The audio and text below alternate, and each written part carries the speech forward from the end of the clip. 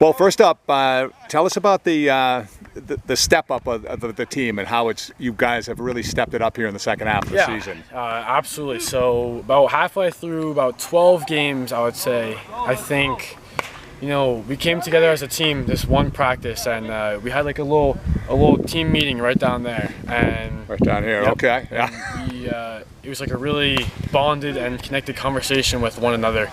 And I think after that, we all experienced or shared experiences in our life that were really impactful for us.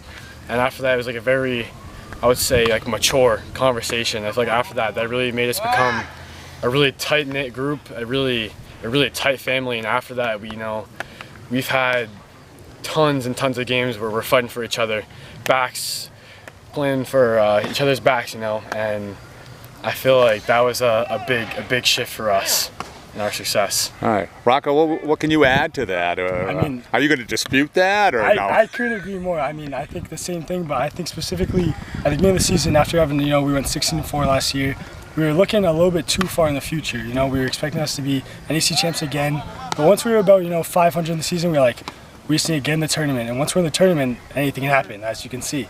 So I think that was a big shift. Once we were 500, we realized, we might not win the NEC this year, but we have bigger goals.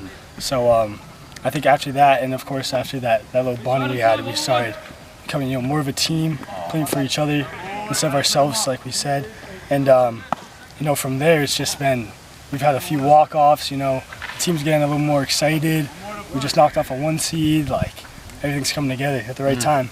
Yeah, we'll get to that in a moment, but it's one thing to feel this out during your regular season because your conference a bit. They're not strangers to you, but now you're in the playoffs, so you've knocked off three straight opponents here to get to the Final Four. So, put it into context here. I mean, for that reason. Well, the thing is, once we get in this tournament, all these teams who've never seen this before, they don't know what's coming really.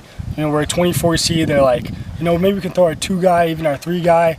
It'll be a little second round bye, you might call it.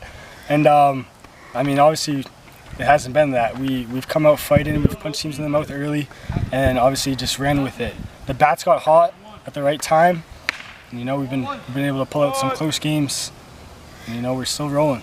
Yeah, and you got to have defense to at this point of the year to string together 3 wins in the playoffs, right? Absolutely. Defense, a lot of props to our infielders, but I can't thank our outfielders enough. Rocco, Julian, and Corey. We had a late switch from Julian from third base into the left field, and I think that was also a really big momentum shifter for us. I think that's where he's really strived. And our outfielders, we joke around with this in practice, but we call it a no-fly zone out there. No-fly zone? No-fly zone.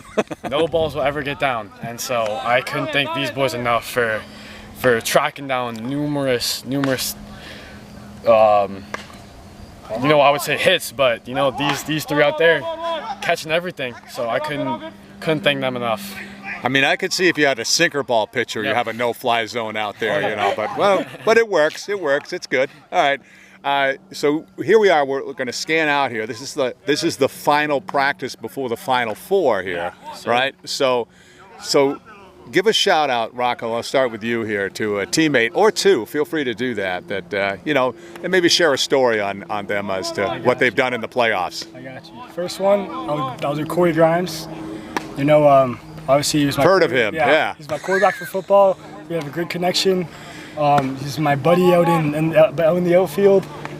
He's been red hot once we've gone to playoffs. He's kind of been Mr. Clutch this year. Whenever it's a clutch situation, he always comes through. So I don't think he gets a lot of praise. So I want to give a shout to him. And then my boy Gavin Ryan. He's my cousin. He never really sees the field, but he's the ultimate teammate. He's always hustling everywhere, always on every ball, and always supporting the team. He's always in a good mood, making us laugh. So yeah, Gavin Ryan.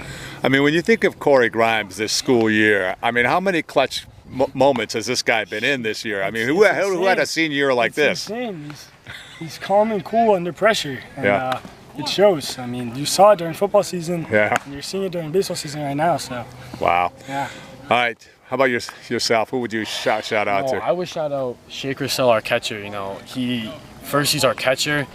You know, he's my backbone behind the dish every time that I'm pitching, and then he also serves as our leadoff hitter. You know, he's aggressive. I love that for him, but he also sees a lot of pitches. So he comes back, reports what he sees, plays for the team. You know, he's a big team player. And sometimes, like when I'm in a slight, I would say like I'm not on my A game. You know, he'll call time, come talk to me, really like take control out there. So that's my shout out.